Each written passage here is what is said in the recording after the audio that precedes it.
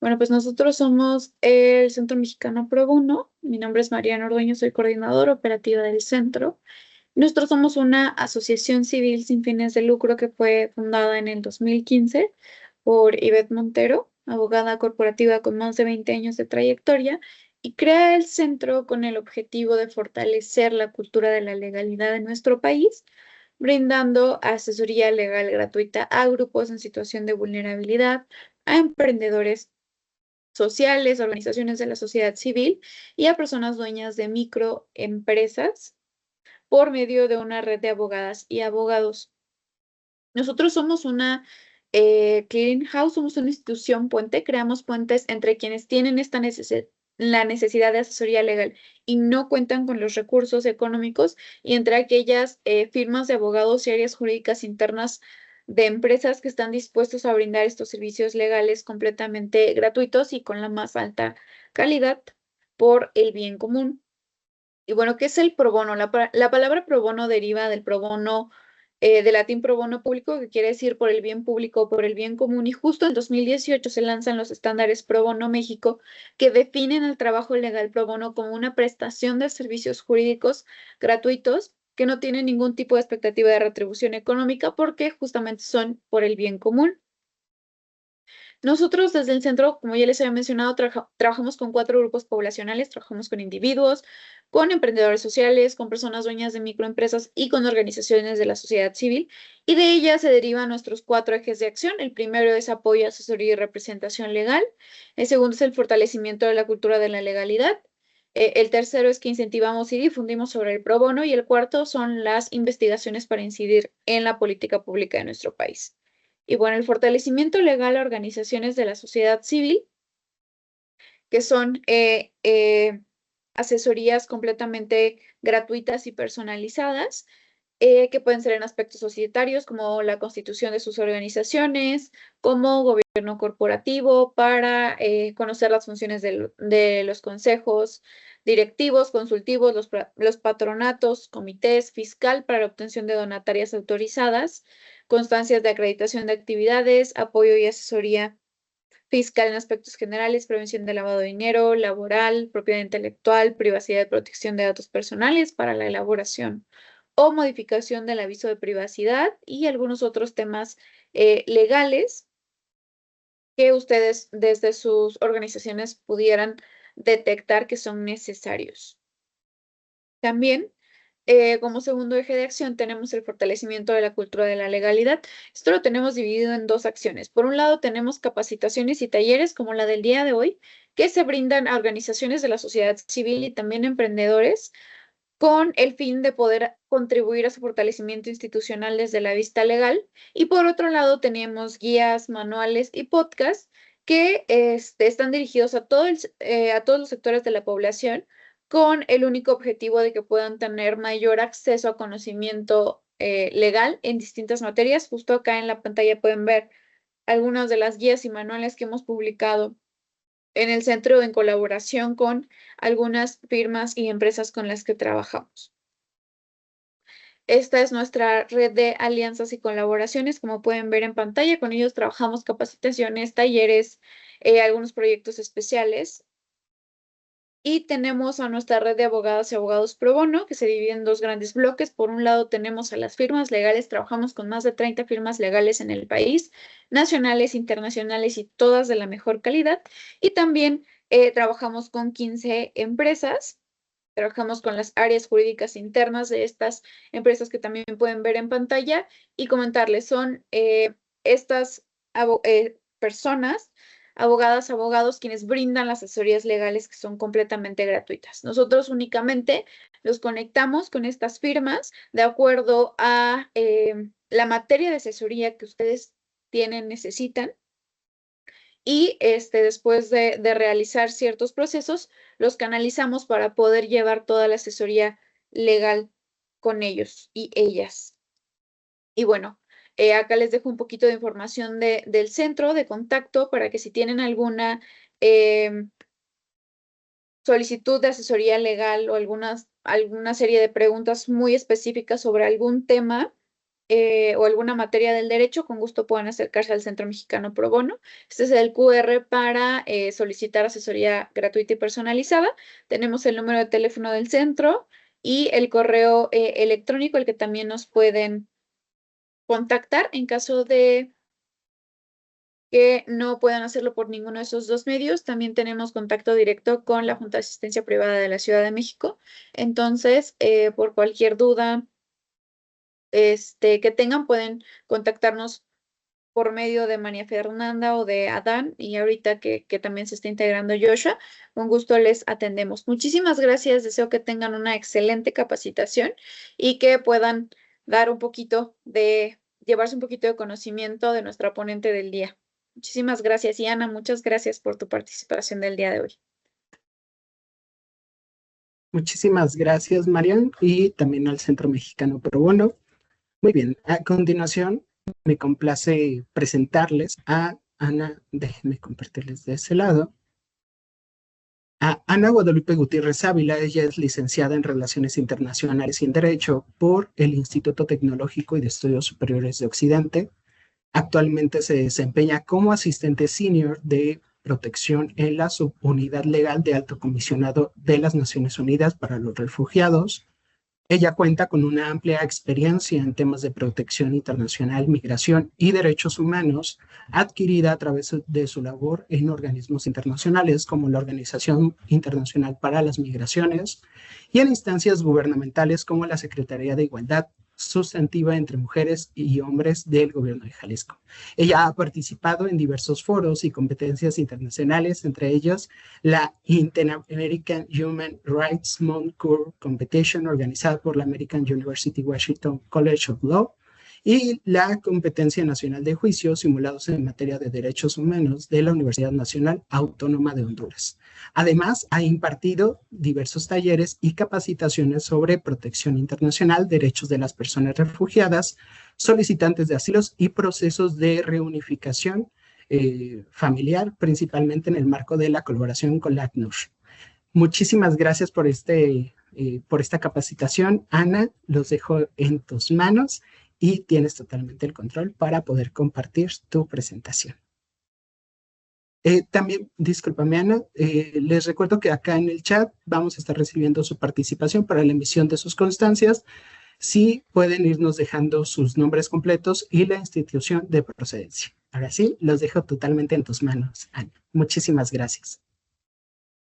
Gracias, Joshua, por la introducción. Gracias, Marian, y al equipo del centro también por la invitación. Gracias, Marifer, también por tus sugestiones y por tu coordinación. Y sin más, entonces, voy a empezar también a compartir la presentación que vamos a utilizar, porque nos vamos a enfocar hoy en justo un tipo específico de población, y ahorita vamos a ver por qué dentro de la migración, dentro de la movilidad humana, existen diversos perfiles, pero el día de hoy vamos a hablar de los derechos de las personas refugiadas o solicitantes de asilo, y ahorita vamos a explicar por qué. Me confirman nada más si pueden ver mi pantalla. Joshua, por favor, si ya están viendo la presentación.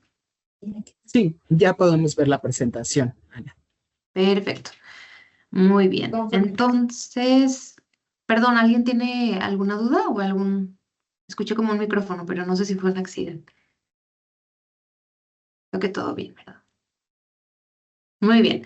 Entonces vamos a hablar un poco del marco jurídico internacional, el marco jurídico nacional, para que ustedes vean de dónde viene, quiénes son las personas refugiadas, qué pasa en México, qué se hace en México, algunos retos actuales también para que ustedes sepan no solo el deber ser, sino la realidad ahorita del sistema de asilo.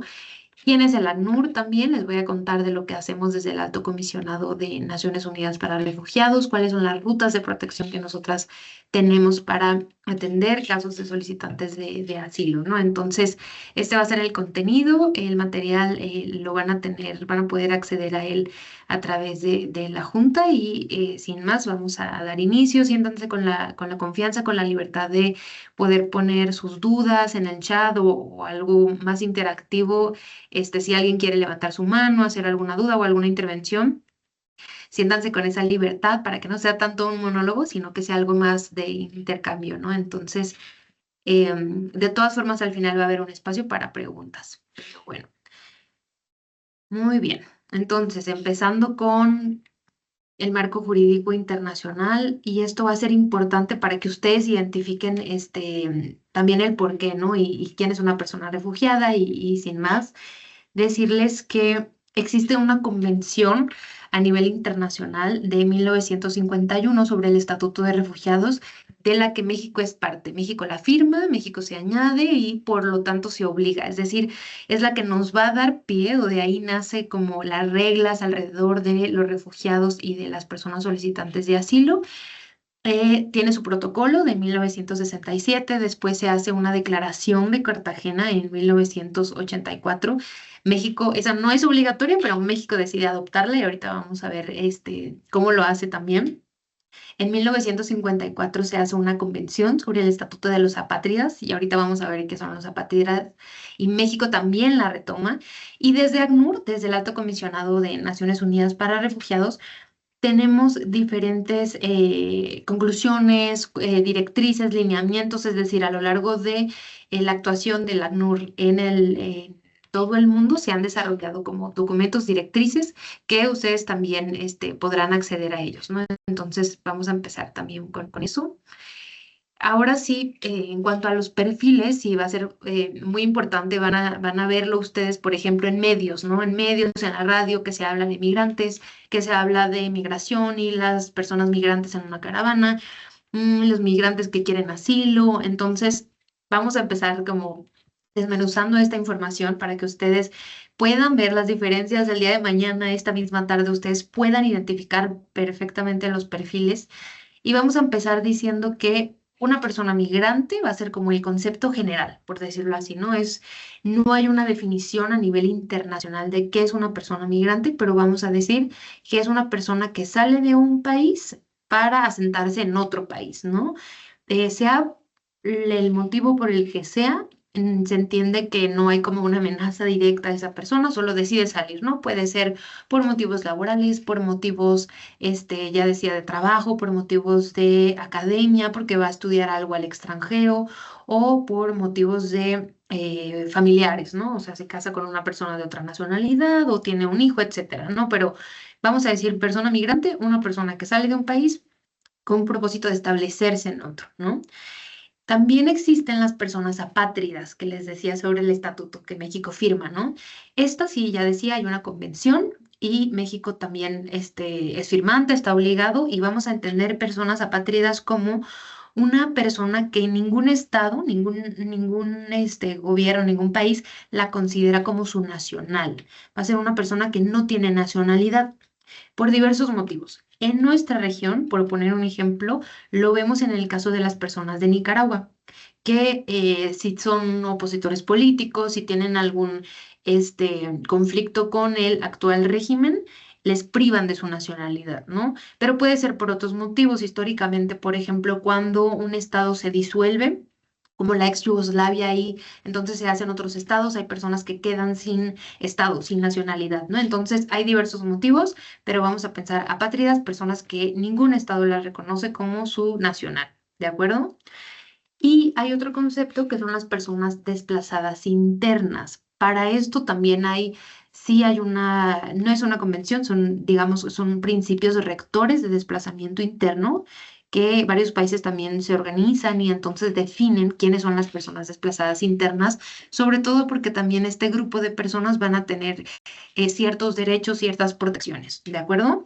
Entonces vamos a decir, las personas desplazadas internas son personas o grupos de personas que sí se ven forzadas, obligadas a huir, a dejar sus hogares, su residencia, por diversos motivos. Puede ser por un conflicto armado, por situaciones de violencia generalizada, violaciones de derechos humanos, incluso desastres naturales, ¿no? El terremoto o el huracán Otis, por decirlo. Algunos, pero la gran diferencia de los desplazados internos con personas refugiadas, que ahorita vamos a ver, es que las desplazadas internas no cruzan una frontera internacional, ¿ok? Por poner ejemplos, ya decía yo, en Guerrero, en el país también vemos comunidades de desplazadas internas en Chiapas, en Oaxaca, desafortunadamente también en Michoacán, ¿no? O sea, personas, grupos de personas o comunidades enteras que por conflictos armados, por desastres naturales, por cualquier situación, se ven forzadas a huir, a dejar sus estados, sus comunidades, sus entidades, perdón, pero no cruzan una frontera internacional, ¿ok? Entonces, esas les llamamos personas desplazadas internas. Y ahora sí entrando en materia y porque ustedes, acá se va a ver mucho más claro, a diferencia de una persona migrante, una persona refugiada, y lo dice la Convención del 51, va a ser una persona que tiene un temor fundado de ser perseguida y en lista, ¿no? Por motivos de raza, religión, nacionalidad, porque pertenece a un determinado grupo social, por sus opiniones políticas. No se puede acoger a su nacionalidad o tiene temor de acogerse a su nacionalidad porque puede ser perseguida por el mismo Estado, por ejemplo, ¿no? Entonces, esa es la primera definición, vamos a ponerla así, pero hay otra definición que ya decía yo, es la de Cartagena, que incluso puede ir mucho más, ¿no? O sea, una persona refugiada puede ser amenazada su vida, su seguridad o su libertad por conflictos internos, por agresión extranjera. Esta declaración enlista incluso mucho más amplio violaciones masivas de derechos humanos o circunstancias que hayan alterado gravemente el orden público, ¿no? Entonces, a manera de resumen, a diferencia de una persona migrante o una persona en movilidad, una persona refugiada no tiene elección. Ellas salen huyendo de sus países, muchas veces o la mayoría de las veces sin documentos, sin su pasaporte, sin una visa para ingresar a otro país, en este caso México, sin sus actas de nacimiento apostilladas o sin sus títulos revalidados, sin sus títulos también apostillados. Entonces, pensando en que puede ser por raza, religión, opinión o por cualquier tema que salga oyendo una persona, pero vamos a hablar entonces de personas refugiadas cuando tienen un temor fundado, cuando hay una amenaza, cuando hay un factor externo en su país que no depende de ellas y que las obliga a forzar a huir, ¿no? Entonces, a diferencia de una persona migrante que ya decíamos que por diversos motivos va a migrar a otro país, pero no tiene este riesgo de persecución, ¿ok? Y a diferencia de las desplazadas internas, las personas refugiadas, sí cruzan una frontera internacional, ¿de acuerdo? No sé si hasta aquí vayamos bien, ¿alguna duda, alguna pregunta? Joshua, tú me dices si hay algo en el chat. No, por el momento no hay ninguna duda, Ana. De acuerdo, muchas gracias. Entonces, seguimos. Y los conceptos son importantes porque en realidad es difícil de una nota periodística o de un video o incluso en la misma calle, ¿no? Identificar, pues, quién es una persona refugiada, quién es una persona migrante, apátrida, etcétera. No solo por el acento o no solo por cómo se ve, ¿no? Una persona, em, sino... De hecho, muchas personas sí vienen en lo que nosotros llamamos movimientos mixtos, es decir, recorren las mismas rutas, por decir, en caravanas, tal vez para cuidarse entre ellas, protegerse de peligros como grupos armados o delincuencia o la corrupción de las autoridades. Ellas ven que yendo como grupo, yendo en caravana, es mucho más seguro para ellas, ¿no? Entonces puede estar en la misma caravana, por ejemplo, desplazadas de la comunidad de Chiapas, personas migrantes que solo no tienen una visa y llegaron, pero están buscando su ida al norte, por decirlo así, y personas solicitantes de asilo o refugiadas que en realidad vienen huyendo de sus países, ¿no? Entonces, esto es importante para que ustedes sepan los conceptos, pero también sepan que es difícil en sí, hasta para nosotros, pero hasta para las mismas personas, ¿no? Muchas veces ellas no se autodenominan o no se identifican como personas solicitantes de asilo, ¿no? Es hasta que una está en conversación con ellas y preguntando un poco cuáles son los motivos por los que dejó su país, es que salen estas causales, ¿no? Pero vamos a irlo viendo un poco a poco, solo para decir que muchas veces la alternativa es que sí viajen en flujos mixtos para protección de ellas mismas, entonces vamos a encontrar en todo el país grupos de personas refugiadas con personas migrantes mezcladas con personas desplazadas internas también, ¿no? Y en las noticias suele mucho identificarse justo como todo el grupo en su conjunto, ¿no? Y se nombra personas migrantes, ¿no? Desde ACNUR contarles un poco la importancia de nombrar, pues ahora sí que como es, ¿no? Personas refugiadas o solicitantes de asilo. En principio, porque ahorita van a ver ustedes, pero las personas refugiadas tienen ciertos derechos a diferencia de las personas migrantes. Y no es solo porque puedan tenerlo, sino porque ya decíamos que existen obligaciones de parte del Estado mexicano en cumplirlas, en proteger sus derechos. Los países así lo decidieron, México lo firma y dice, ok, yo también voy con esto, vamos a cuidarlas, vamos a protegerlas. Y porque justo ellas están en un riesgo diferente, ¿no? Puede haber consecuencias graves si son detenidas, si son devueltas a su país de origen, pueden sufrir de algún atentado contra su vida, contra su integridad, les pueden torturar, entre otras cosas, ¿no? Entonces, vamos a hablar y mi invitación desde hoy es a pensar en personas refugiadas, personas que salen huyendo de su país de origen, que no tienen otra opción. No vamos a dejar por ahora en pausa de lado el término migrantes, entendiendo que este grupo de personas, las refugiadas, tienen derechos en específico que ahora los vamos a ver. ¿De acuerdo? Y ya decíamos, ¿no? ¿Qué es la protección internacional? Eso va a ser otro concepto que vamos a revisar el día de hoy.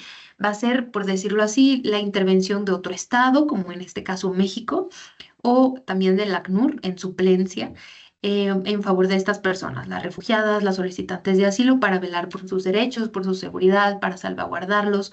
Les vamos a contar el día de hoy de cómo es este procedimiento en México para que una persona pueda ser reconocida como refugiada en nuestro país, quién lo hace, cómo se hace, cuánto cuesta, que es gratuito, este es un adelanto, pero sí que ustedes entiendan que justo, ¿no? Cuando una persona viene huyendo de su situación y pide asilo en otro país, en este caso México. México le va a otorgar, le va a reconocer su estatuto de refugiados y le va a otorgar protección internacional. ¿De acuerdo? Porque se entiende que justo el Estado nacional desde donde es la persona falló, por decirlo así, en protegerla, ¿no? Entonces, por eso se habla de la protección internacional, que incluye ciertos principios y ahora los vamos a repasar sobre protección contra la devolución y la no notificación consular, ¿no? Eso también vamos a verlo ahora. Em, entonces, algo que quede muy claro, entonces el Estado, o sea, México, el gobierno mexicano, va a ser el principal encargado de otorgar esta protección internacional, ¿no? De reconocerles, de ahorita vamos a ver cómo es el procedimiento. ¿Esto por qué? Pues porque se obliga al mismo México a través de la firma de los tratados, ¿no? Entonces, con eso vamos a decir que México tiene que asumir el rol principal de la protección internacional. El ACNUR, el Alto Comisionado de Naciones Unidas para los refugiados, nosotros vamos a brindar como una parte complementaria, ¿de acuerdo? La obligación principal la va a tener el Estado y nosotros como una organización internacional que surge a partir de un mandato específico de la Asamblea General de Naciones Unidas para proteger a las personas refugiadas y con necesidades de protección internacional. Les voy a hablar de lo que hacemos, ¿no? Pero es algo de manera complementaria. El principal que va a dar esta atención va a ser el Estado mexicano, ¿de acuerdo? Y un poco para que ustedes tengan como un mapa más claro, una fotografía de las solicitudes de asilo o le vamos a llamar de reconocimiento de la condición de refugiado en México. Les traigo unos números para que ustedes vean desde 2019 hasta la fecha cómo ha ido cambiando, ¿no? Las solicitudes. Podemos ver, por ejemplo, ¿no? 2020, 41,000, poquito más. Hay un pico importante en 2023, más de 140,000 solicitudes de asilo. Y luego pueden ver un decrecimiento, ¿no? Hasta este año, hasta todavía agosto, finales de agosto de este año, tuvimos 51,000 solicitudes de asilo en México, ¿no?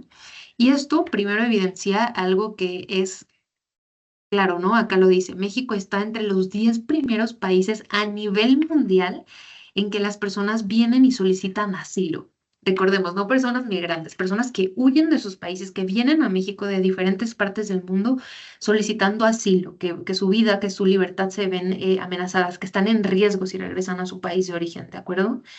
Y desde ACNUR hacemos también unas encuestas a todas las personas acá refugiadas también para entender un poco sus motivaciones, para entender también cómo son las tendencias en México. Y justo más del 50% de las personas entrevistadas decían que abandonaron sus países por motivos de violencia, ¿no? Hay más información pública de estas encuestas que hacemos, se las voy a compartir el acceso a esto si tienen interés en ver nuestros informes y todo lo que hacemos también. Pero bueno, esta es una pantalla clara, ¿no? Este es un ejemplo de cómo ha venido cambiando las solicitudes de asilo. Decirles también que ha sufrido varios cambios también por las capacidades de la Comar, ahorita vamos a ver, pero del gobierno en sí para gestionar, para tramitar, para resolver. Ha habido cambios, reducciones importantes en presupuestos también. Se han abierto también nuevas oficinas y también siempre el fenómeno migratorio en Estados Unidos afecta, ¿no? Directamente, afecta en las solicitudes también de asilo en México.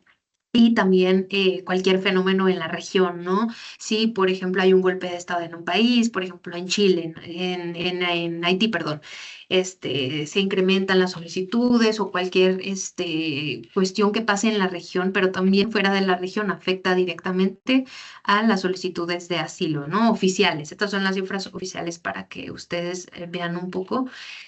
Y que ustedes sepan también cuáles son las entidades principales receptoras de estas solicitudes. Acá tenemos que Chiapas siempre ha sido la número 1, ¿no? Más del 51% de las solicitudes se concentran en Chiapas. Esto todavía también hasta agosto de 2025. Seguido de Ciudad de México, más de 17,000 solicitudes. Después sigue Veracruz, aproximadamente 2,000 solicitudes. Todo esto lo que va del año, ¿no? Después Nuevo León, Tabasco y Baja California. Esto es como el mapa de dónde se concentran, dónde se concentran las principales solicitudes y no exactamente dónde llegan las personas, no siempre llegan las personas o la mayoría de las veces las personas solicitantes de asilo ingresan por la frontera sur de México, pero es donde algunas tienen la posibilidad de trasladarse, otras no, entonces así está como el mapa de tendencias desde lo que va del año, ¿no? Agosto de 2025. ¿Vamos bien? ¿Hasta aquí alguna duda, alguna pregunta?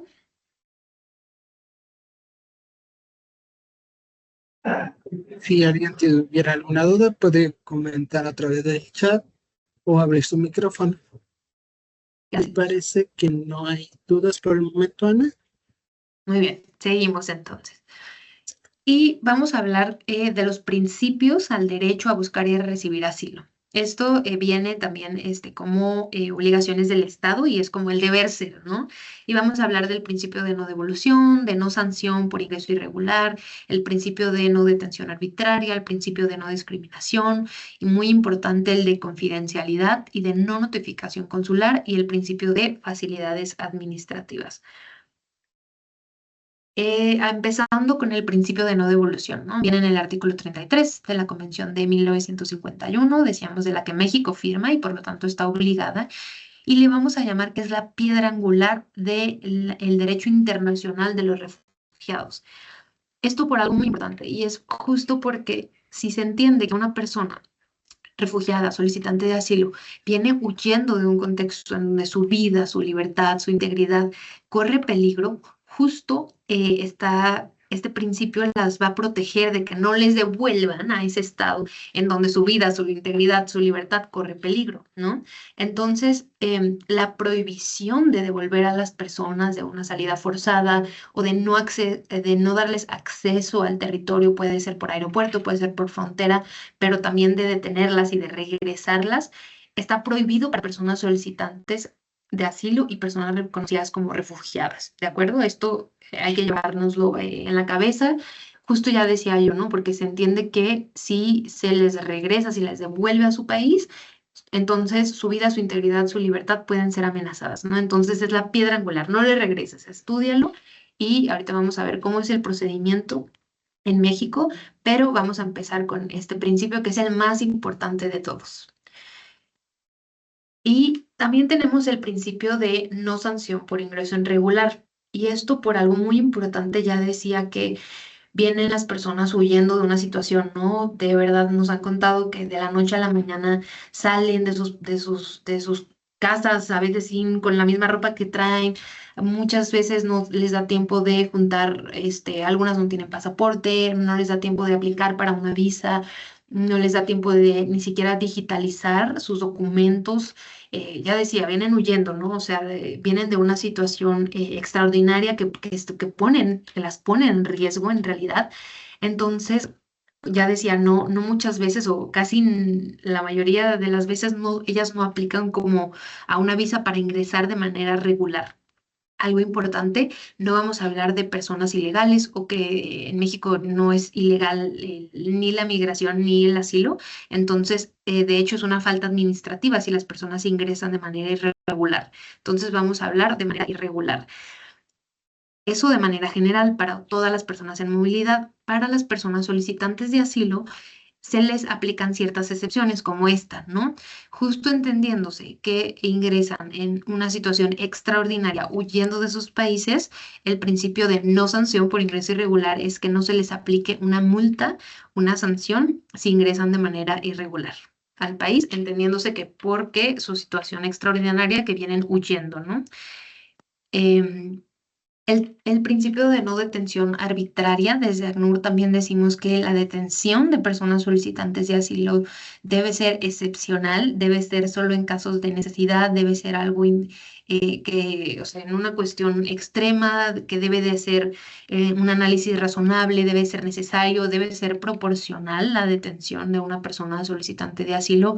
En ningún momento debe ser injustificada o debe ser prolongada y tiene que tener una justificación legal, ¿no? O sea, eh, para empezar eso y ya si son detenidas, pues hay alternativas también a la detención de personas solicitantes, ¿no? Ahorita vamos a ver el procedimiento y los derechos de las personas y el por qué también no deberían de ser detenidas, pero entendemos que el principio de no detención arbitraria también es muy importante para las personas solicitantes de asilo. Y bueno, otro también súper importante es el tema de la no discriminación, ¿no? El principio de no discriminación está en la Convención, está en nuestra Constitución y justo que no se les debe discriminar por motivos de raza, religión, uso de su país. A veces, desafortunadamente, hemos visto que por ejemplo, las autoridades o incluso a los civiles, ¿no?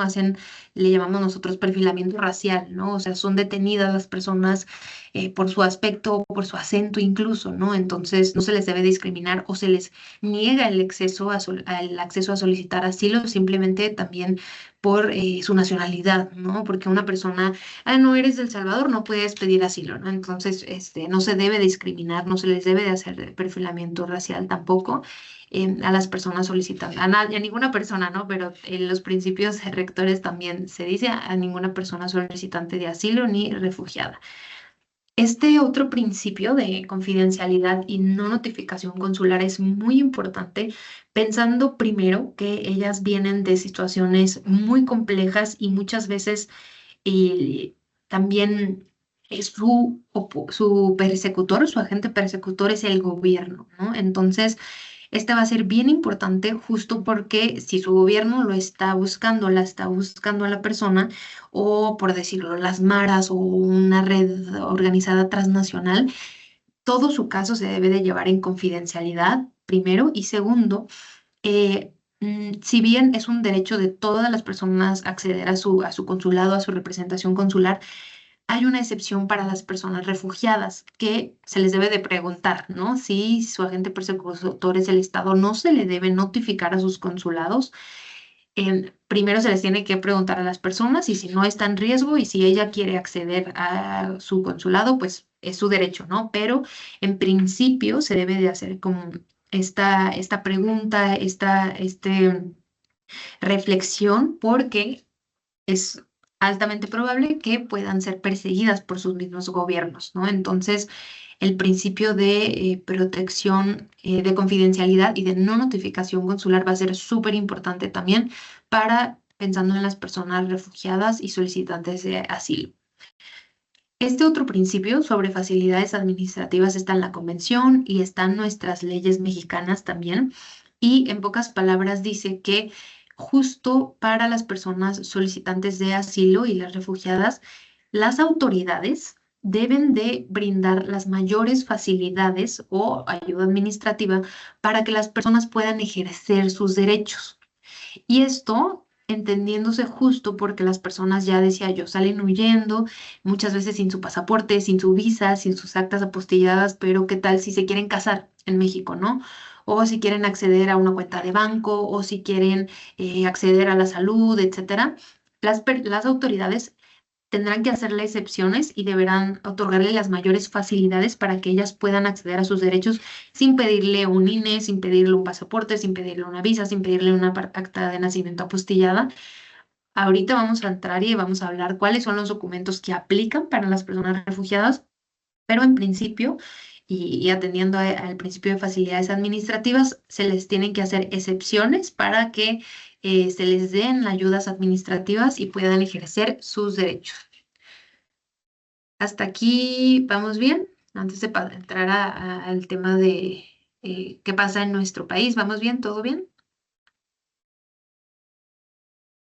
De este lado en el chat no tenemos ninguna duda por ahorita, Ana. Igual siéntate con la libertad de aquí colocarnos y por ahorita me parece que vamos Sí, bien. de acuerdo. Muy bien, gracias, Joshua. Entonces, ahora sí, los principios son obligatorios para México, pero vamos a ver ahora sí qué dicen nuestras leyes, cómo es el procedimiento en México, ¿no? Y esta es para que ustedes la puedan revisar. La Constitución, desde el artículo 11, habla del derecho a buscar y recibir asilo en México. Tenemos una ley en específico sobre esto, la Ley sobre Refugiados, Protección Complementaria y Asilo Político. También está el reglamento a esta ley, la Ley de Migración, que habla sobre documentación migratoria para personas solicitantes y para personas reconocidas como refugiadas, y su reglamento también. Y ya hablamos de quién es una persona refugiada, pero quiero que nada más aquí ustedes puedan ver lo que dice nuestra ley. Y esto va a ser bien, bien importante, y en realidad es muy bonito ver cómo México no solo se va con la primera definición que vimos de la Convención del 51, sino retoma la definición de Cartagena, incluso se va más allá y pone una tercera definición, ¿no? Que la vamos a ver de manera muy rápida también. Pero nuestra ley nos dice que la condición de refugiado se le puede reconocer a una persona extranjera que se encuentre en uno de estos casos, ¿no? El primero va a hablar que tenga fundados temores de ser perseguido por su raza, por su religión, por su nacionalidad, por su género, ya decíamos, por pertenecer a un determinado grupo, por su nacionalidad. Eso habla a grandes rasgos la primera definición. La segunda definición lo amplía mucho más, ¿no? La de Cartagena. Y dice que ha huido porque su vida, su seguridad, su libertad son amenazadas por violencia generalizada, agresión extranjera, conflictos internos, violaciones masivas de derechos humanos u otras circunstancias que hayan perturbado gravemente el orden público, ¿no? Esto puede ser, ya decíamos, un golpe de Estado, una invasión extranjera, algún conflicto interno, pero que sea un riesgo para la persona, para su vida, para su libertad, pertenecer o seguir en ese país, ¿no? Ya no puede seguir ahí, ¿no? Entonces, esa es la definición de la Declaración de Cartagena. Y la tercera definición que retoma México es básicamente las primeras dos, pero pensando le llamamos nosotros los refugiados surplus. Y es que la persona a lo mejor no sale huyendo de su país, viene de turista, viene a trabajar, viene a México por cualquier cosa, pero estando en México o porque salió de México, eh, corre algún riesgo. Ya decía yo, retoma las primeras por raza, religión, pertenecer a un grupo, agresión extranjera, etcétera. Pero ella no sale huyendo la persona, ¿no? Pero pasa algo estando en México que la pone en riesgo de regresar a su país, ¿no? Entonces, tenemos estas tres definiciones que la autoridad, de ahorita vamos a ver quién es la autoridad en México, que se encarga de estudiar si las personas solicitantes de asilo se encuentran en alguno de estos supuestos. Pero sí quería decirles que en México es mucho más allá, mucho más amplio, y se va mucho más allá incluso de reconocer a las personas refugiadas surplus, ¿no? Entonces yo quería que ustedes lo tuvieran aquí, lo puedan revisar, está en el artículo 13 de la Ley sobre Refugiados. Y hay otra figura que se llama protección complementaria. Esta está reconocida a nivel internacional. México todavía la retoma y dice, está bien, mira, si yo veo que tú no entras ni en el primero, ni en el segundo, ni en el tercero, pero yo, oficina de gobierno, la Comar, sé que puedes ser torturado o que puedes ser, existen razones que puedas ser sometido a tratos crueles, inhumanos o degradantes en tu país, te voy a otorgar lo que es la protección complementaria. Y en principio, esta es justo para protegerlas de la devolución a su país, para que no sufran de torturas o de tratos crueles de estar en su país, pero históricamente, por contarles un poco, a las personas que solicitaban asilo de Haití, por ejemplo, hace un tiempo que se vino una situación en su país muy grave, la Comar no les reconocía como refugiadas, pero sabía, y fundada y motivada su resolución, pero sabía que de ser regresadas, de ser devueltas a sus países, podrían sufrir tortura, ¿no? Entonces, por las pandillas en su país. Entonces, les decía, bueno, no te voy a reconocer porque yo, autoridad, pienso que no estás en cualquier de estas tres definiciones, pero te voy a otorgar la protección complementaria, ¿no? Entonces, en principio, no hay mucha diferencia, porque pueden acceder a los mismos derechos a documentación migratoria, a un empleo, etcétera, y ahorita vamos a ver específicamente cuáles son, pero ya después, a la larga, por decirlo así, es cuando vemos los problemas, porque, por ejemplo, para naturalizarse, las personas refugiadas no hacen lo que es un examen, ¿no?, de conocimientos generales, y las personas con protección complementaria sí. O otra diferencia grande también, por ejemplo, es que las personas, no sé si fue una omisión legislativa o se nos olvidó a nuestros legisladores ahí poner algo o fue a propósito, pero las personas beneficiarias de protección complementaria no tienen el derecho, a través de la Comar, de traer a sus familiares, de hacer la reunificación familiar. A diferencia de las personas reconocidas como refugiadas, que hay un trámite aparte específico que la misma autoridad puede otorgar la reunificación familiar, ¿no? Pero las personas beneficiarias de protección complementaria no tienen este beneficio, este derecho, ¿ok? Entonces, en principio, sí tienen casi los mismos derechos, pero uno que otro en la práctica son diferentes, ¿no? Es una figura alternativa que ya decía es a nivel internacional. México la retoma, México la adopta y la tenemos también en la aplicación, ¿no? Entonces, eso para que ustedes también lo tengan en cuenta. Y ahora sí, entrando al procedimiento en México, primero decirles que esto es algo administrativo, que no es ni penal, ni judicial, ni es migratorio, va a ser algo, es un trámite administrativo que hace una persona ante la Comisión Mexicana de Ayuda a Refugiados, que ahorita veremos quién es. No lo hace ante ACNUR, solo en México existe esta institución, la Comar, que de manera gratuita va a iniciar los trámites, va a resolver las solicitudes de reconocimiento de las personas. Contarles que es un órgano desconcentrado de la Secretaría de Gobernación. Desde los 80 está en México y en principio para atender a todas las personas de Guatemala que salían por la situación allá y venían a México, ¿no? Entonces se crea la Comar a partir de esto y ella va a ser la Comar quien va a estudiar los casos de asilo, quien va a recibir, quien va a dar documentación a las personas refugiadas y quien va a determinar si sí les va a reconocer o no les va a reconocer como refugiadas. No en todas las entidades de nuestro país hay oficinas de la Comar. Cuando no hay oficina de la Comar, a través de un enlace del Instituto Nacional de Migración, de cualquier oficina de migración, las personas pueden iniciar su solicitud de asilo, ¿ok? La Comar siempre va a resolver. Digamos que migración solo funciona como un enlace, como una oficina de recepción y de entrega de la documentación, pero la Comar es la que siempre va a resolver, ¿ok?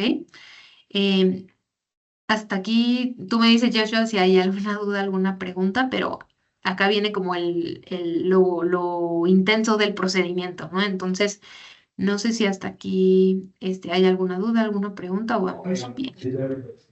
Me parece que por el momento vamos todo bien, Ana. Gracias. Muy bien. Entonces, ahora sí, ¿no? Vamos a ver como el ABC, los pasos de cómo se reconoce a una persona como refugiada en México. Ya decía, solo va a ser la Comar, todo este trámite es gratuito y este es como el camino, ¿no? Una persona llega a México y nos dice la ley, tenemos 30 días desde que llegamos a México para iniciar, para ir a Comar y decir, quiero iniciar mi trámite, ¿no? La Comar tiene un sistema interno que es el preregistro, en donde como su nombre lo dice, se les hace un registro previo a su admisión, donde les preguntan las generales de la persona. ¿Cuál es tu nombre? ¿Cuál es tu grupo familiar? ¿Cuál es el motivo por el que saliste, ¿no? Se ingresa su preregistro y luego se les cita a las personas para que puedan atender a las oficinas. Esto solo se hace, el preregistro solo se hace en Ciudad de México y en Tapachula. Y hasta entonces le citan a las personas para que ingresen formalmente su solicitud, ¿no? Después que se les cita a las personas, la Comar les va a dar admisión a trámite. Hasta este momento puede pasar entre el preregistro y la admisión entre 2 semanas hasta 3 meses. Depende de la oficina donde ellas inicien, depende de la carga de trabajo y también si hay un rezago de solicitudes, ¿no? Hasta el paso 2, que es la admisión, las personas van a contar con una constancia de trámite, que es una que traigo por acá en ejemplo, trámite de respecto a su solicitud de reconocimiento de la condición de refugiado. Esto nos los va a dar la Comar primero para que sirva como prueba de que las personas están en trámite con la Comar. O sea, formalmente ya iniciaron una solicitud, un procedimiento para ser reconocidas por México como refugiadas. Como pueden ver en el ejemplo, vienen las fotografías de las personas, las generales, nombre, nacionalidad. Si vienen en un grupo familiar, van a venir los nombres y las fotografías de todas las personas. Esta tiene una vigencia que es lo que dura su trámite también. Y esta nos va a dar pie, las personas con esta constancia que es gratuita, que la va a dar la autoridad, nos da pie o nos da derecho a que las personas también puedan tramitar un documento migratorio. Es decir, esta nos las va a dar Comar mientras tú estás en trámite y este documento nos los va a dar Migración de manera gratuita también, que es una tarjeta de visitante por razones humanitarias se llama, que como lo pueden ver acá en donde está la fotito amarilla de una carita feliz, así son las tarjetas actualmente. Antes eran verdes, que es como la de arriba, y en pocas palabras, o sea, más o menos trae el nombre, la nacionalidad, la CURP impresa, incluso datos de la persona también, la fecha de vigencia, si son solicitantes, y tiene implícito un permiso de trabajo. Esto es bien importante también porque las personas solicitantes de asilo, gracias a estas tarjetas migratorias, pueden acceder a un empleo formal también, ¿no? Ya decía yo, también viene la CURP. Esto les permite, pues, acceder a RFC, a número de seguridad social, a otros derechos también para las personas, ¿no? Entonces, regresando a nuestro proceso. Las personas se preregistran, ingresan formalmente su solicitud, se les admite. En el paso 2 de la admisión, la Comar les va a dar su constancia, está muy bonita, y ellas pueden solicitar sus tarjetas migratorias, ¿ok? Regresando al paso 3 y 4, las personas tienen que llenar un formulario. La Comar les pregunta un poco todo, ¿no? Desde por qué saliste de tu país, si tienes antecedentes penales, por ejemplo, les hace unas preguntas para que llenen el formulario que después se retoma en su entrevista. Y hay dos tipos de entrevista. Una es de necesidades, en el que la autoridad va a ver si tienen alguna necesidad específica de salud, de educación. Y hay otra muy importante, y en esta se va a basar todo su trámite de asilo, que es la entrevista de elegibilidad. ¿Ok? Entonces la autoridad, la Comar, va a hacerle una entrevista a la persona y le va a preguntar absolutamente todo para ver, la autoridad, esto va a ser importante para ver si la persona encaja en alguno de los supuestos de esas 3 definiciones de refugiado que están en la ley y que ya revisamos, ¿de acuerdo? Para ver si huyó por un motivo de raza, de religión, por pertenecer a algún grupo determinado o por cuál es su situación de huida de país, ¿no? ¿Cuál es su situación de riesgo, donde su vida se encuentra en peligro, donde su integridad también es amenazada, ¿no? Entonces, la entrevista de elegibilidad va a ser lo más importante, por decirlo así.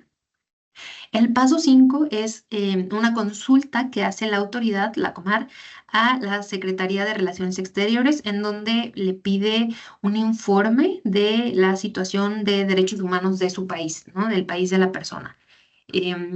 Y hasta este momento, hasta el paso 5, por decirlo así, la Comar va a tener todos los elementos para poder resolver, para poder estudiar el caso y decir si aplica en la definición de Cartagena o aplica en refugiado surplazo o no, pero le voy a dar protección complementaria. Y nos vamos al paso 6, que es que les da una resolución En caso de que sea positiva, van a recibir esta constancia que tenemos a la derecha, la constancia de reconocimiento de la condición de refugiados, en donde la autoridad va a decir, se te va a reconocer como persona refugiada. Esta es gratuita también, se las van a dar a las personas que ya pasaron por todo este proceso y lo que les da derecho a esta constancia es a tener una tarjeta de residente permanente a las personas. Esta tarjeta pues también es importante, como su nombre lo dice, es permanente. Cuando cumplen 5 años con esta tarjeta, pueden ellas acceder a lo que es la naturalización como mexicanas, ciudadanas mexicanas, siempre y cuando sean de un país de Latinoamérica o Iberoamérica, así lo dice la ley. Si son personas de otra nacionalidad, tienen que esperarse 5 años siendo residentes permanentes. Entonces, paso 6, Comar ya resuelve y dice, sí, tú encajas en el supuesto 2 o en el 3 o en el que sea. Y si, digamos, les dice, no te voy a reconocer como refugiado, pues hay algunos recursos que las personas pueden usar para impugnar esa resolución, ¿no? Pueden decir, pedir que se vuelva a revisar, decirle a un juez que no están de acuerdo, etcétera, ¿no? Pero esto es más o menos, bueno, todo lo que es a grandes rasgos el procedimiento en México para solicitar asilo, para que las personas en México, gracias a la Comar, puedan ser reconocidas como refugiadas. ¿Ok? Y esto ya decíamos, esto en el deber ser, contarles que algunos de los retos muy importantes también es que actualmente y desde 2023 a las personas solicitantes, a las personas que están en trámite apenas, no se les ha entregado, en contra de su derecho, pero no se les ha entregado los que son las tarjetas. Lo que ha hecho el Instituto Nacional de Migración, y esta fue una política interna de migración, es entregarles lo que ven por acá, que es este oficio. Este oficio, como ustedes pueden ver, bueno, contarles, es como un paso previo a que les entreguen la tarjeta, pero este oficio, y no sé si ustedes les han tocado casos de atender o de dar seguimiento a personas refugiadas, pero justo este oficio pues no les sirve de mucho, ¿no? Honestamente no es un documento de identidad, no tiene fotografía, no tiene CURP y no es conforme la ley nos dice que debería de ser un documento migratorio, ¿no? Entonces, esto es un conflicto actual porque justo ni los bancos les reconocen este oficio, ni los empleadores no saben qué es, como que piensan que es algo inconcluso, ni siquiera el SAT, otras autoridades, ¿no? El SAT, Registro Civil, como que no entiende bien qué es esto, ¿no? Estaban acostumbradas a hacer los trámites con las residencias, ¿no? Con las residencias permanentes o con las tarjetas de visitante, pero este oficio es como desconocido para ellos y en principio no es a lo que ellas tienen derecho, ¿no? Entonces contarles que si por ahí luego se topan con una persona solicitante de asilo que solo tiene el oficio, no es porque no haya querido ella acceder a una tarjeta, no es su culpa, es que es como lo que está sucediendo ahorita en contexto nacional. Y justo por eso desde ACNUR ahorita les voy a contar también pero podemos apoyar en canalizarlas a representación legal, ¿no? A un actor legal para que pueda ayudarles a las personas a tramitar sus tarjetas de visitante, ¿no? Que es a lo que tienen derecho y es lo que les va a servir para ejercer otros derechos, ¿no? Como salud, educación, empleo, vivienda formal, todo eso, ¿no? Entonces, contarles que en la práctica es un reto actual que sufren las personas refugiadas. Y bueno, ahora sí vamos a entrar a lo que es qué es el ACNUR y cuál es nuestro rol, pero no sé si igual vamos bien o hay alguna pregunta. Joshua, tú nos dices.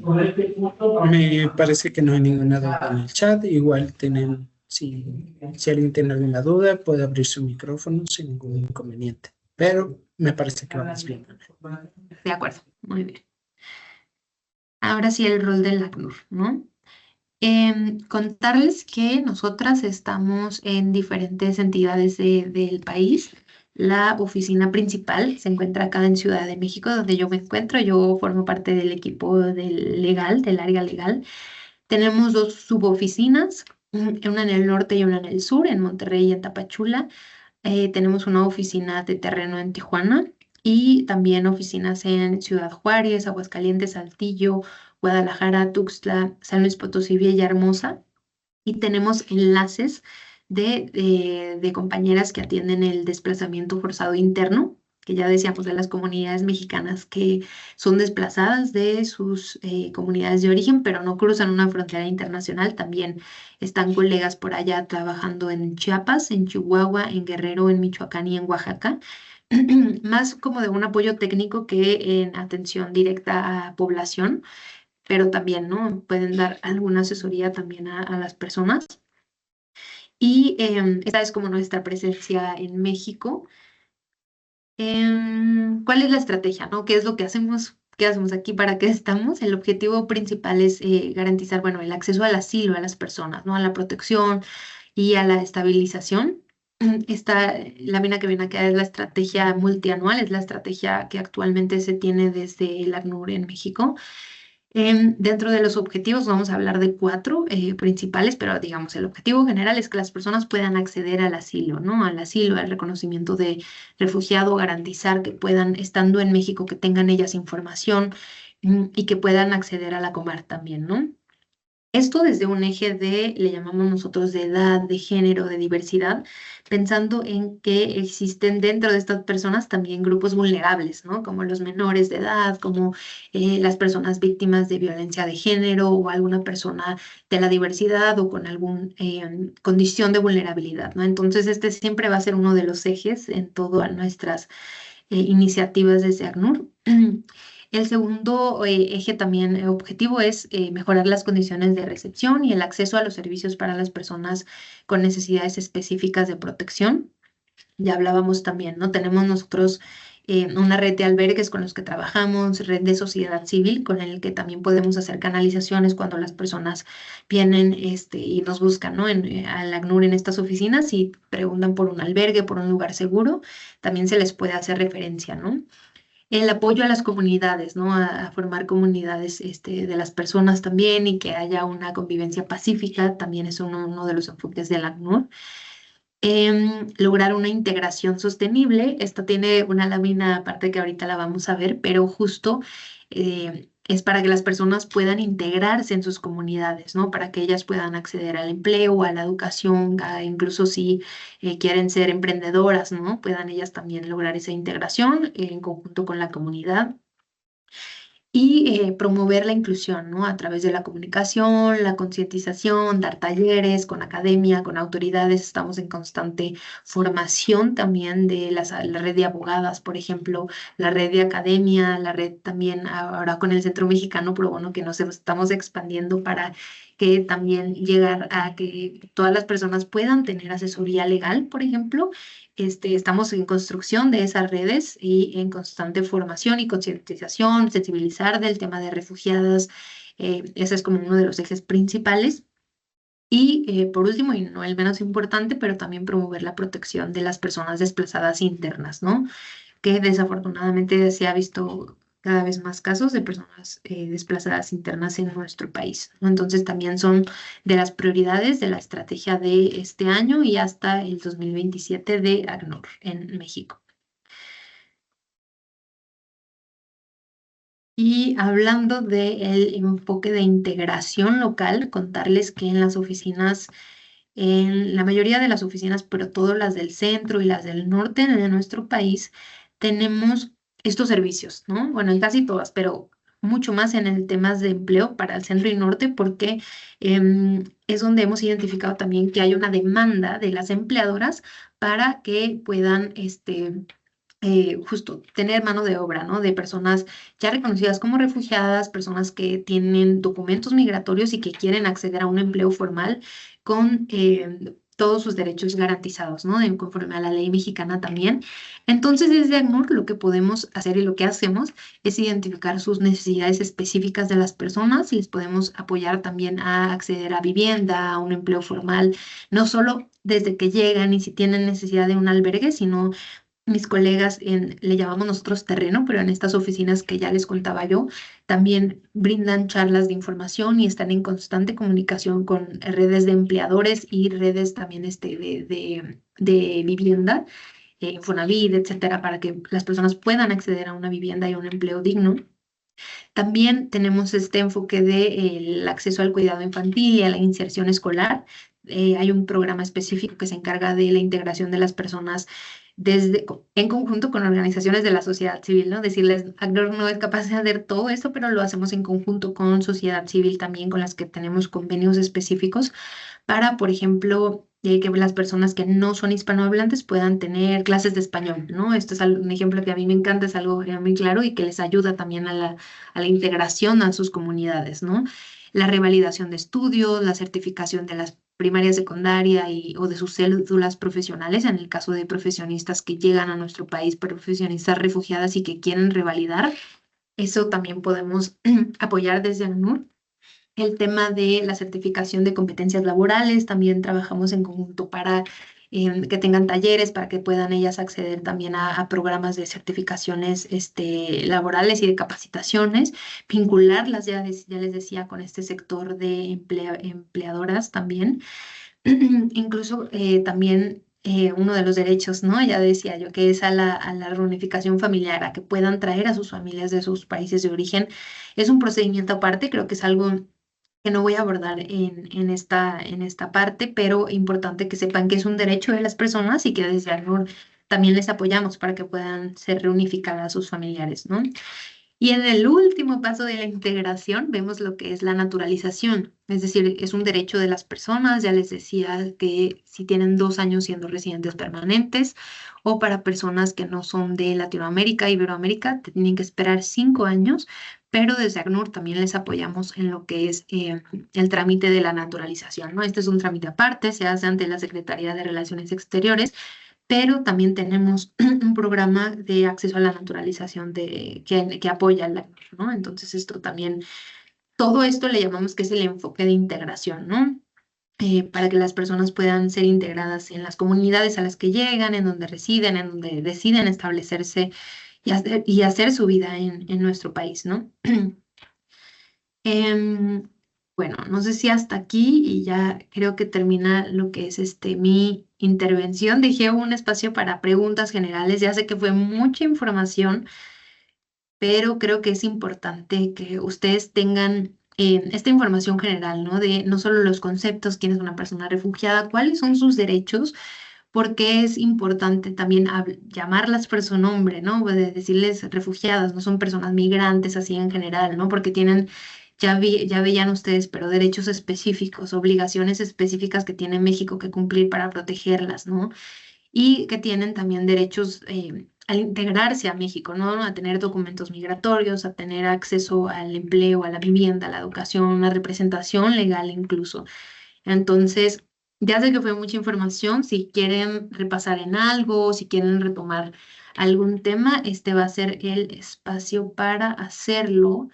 Y voy a dejar de compartir un poquito para poder verles, o si alguien quiere levantar la mano o contarme si han tenido alguna interacción o atención a personas refugiadas o solicitantes de asilo. Creo que sería bueno también poderles escuchar.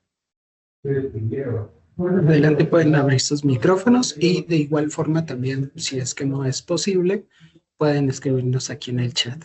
Me parece que por acá están escribiéndonos, entonces, A ver, veo que está acá Laura Patricia Rangel de la Asociación Franco-Mexicana Suiza y Belga, Omar Atonatiu de Construyendo México, Karen Liliana. No sé si ustedes han tenido, Valeria ya nos dice, yo no había tenido ninguna interacción, pero siempre me interesó saber cómo funciona el proceso. Gracias, Valeria. Sí, y ya decía yo, ¿no? O sea, es difícil en principio poderlas identificar, quién es una persona reconocida como refugiada o etcétera. A lo mejor nada más vemos que es una persona extranjera y ya, ¿no? Pero creo que sí era muy importante que ustedes se quedaran con esta información, ¿no? O sea, tienen derechos específicos, tienen una circunstancia específica que las hace forzadas a huir, ¿no? O que las obliga a salir de sus países, ¿no? Entonces, creo que por eso va a ser importante también que ustedes pues que es importante que ustedes tengan esta información, ¿no? Pero gracias, Valeria, por tu participación en el chat. Acá tenemos una pregunta y dice si el derecho al asilo está reconocido en la Declaración Universal de los Derechos Humanos, ¿por qué todavía existen países que rechazan solicitudes de refugio alegando razones de seguridad nacional? Nos comenta Jessica Hernández. Gracias, Jessica. Qué buena pregunta y me iría más allá, no solo en la Declaración Universal, ¿no? Hay países, que no todos, pero muchos sí firman la Convención de Ginebra de 1951, ¿no? Sobre el Estatuto de Refugiados y están obligados a todo lo que vimos hoy, no solo a aceptar a las personas, a hacer sus solicitudes, ¿no? En la realidad. Y atendiendo a tu pregunta, lo que hemos visto es justo un incremento en las políticas de militarización de las fronteras, de el rechazo a las personas solicitantes, alegando temas como lo que dices, la seguridad nacional o temas de terrorismo, ¿no? O sea, esto en contravención con el derecho internacional incluso, ¿no? O sea, con los principios que ya veíamos como no devolución, no de detención arbitraria, lo que hemos visto es una tendencia justo de varios países a todo lo contrario, ¿no? No respetar los derechos de las personas solicitantes, a militarizar sus fronteras, a negar la entrada o incluso a las personas que ya han sido reconocidas. Hemos visto también un incremento en que se les quita el reconocimiento, se les devuelve a países de origen y no se imaginarán las consecuencias, ¿no? O sea, sí hemos visto estas tendencias desafortunadas, estas tendencias violatorias de todos los derechos, incluidos el de la Declaración Universal, como bien lo mencionas. Y desde ACNUR decirles que también estamos todo el tiempo, pero trabajando porque se respeten, ¿no? O sea, desde nuestro representante en la Asamblea General hasta el representante acá en México, todo el tiempo estamos hablando de los derechos de las personas refugiadas, ¿no? Que los estados, incluido como México, tienen que atender a protegerlas, ¿no? No a criminalizarlas, no a detenerlas, no a devolverlas a sus países, ¿no? Entonces, esto es una tendencia. En principio, los estados pueden alegar, bueno, pueden tener o tienen el control de sus fronteras, ¿no? Como todo, hay excepciones y derechos que deben cuidarse en este control, pero sí sabemos que sí es una de las tendencias desafortunadas, ¿no? A rechazar o por temas de seguridad nacional u otras alternativas a rechazar a los solicitantes, ¿no? Así que muy buena pregunta y gracias también por compartirlo. No sé si quedó claro o si quieras abrir tu micrófono también, pero sí es una de las desafortunadas y preocupantes tendencias a nivel mundial también. Ujú.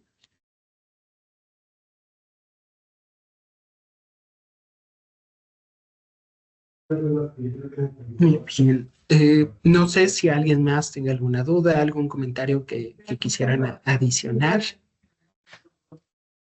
Me parece que todo quedó súper bien. Ana, no sé, igual si quieras comentarnos, agregar algo más. Pues solamente retomar el tema de los conceptos, ¿no? También y decirles un poco de la realidad también en México.